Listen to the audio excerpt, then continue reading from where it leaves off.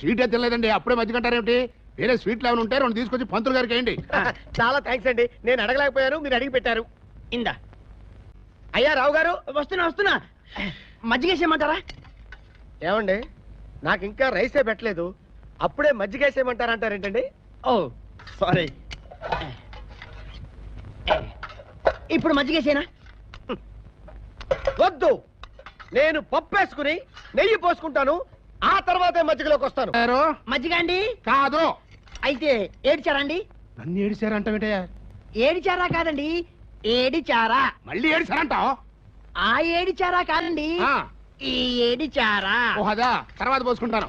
ఆవకాయ మంచి రుచిగా ఉంది, వెళ్ళేటప్పుడు రెండు జాడీలో పెట్టమని. రావు గారు, మజ్జిగ అండి?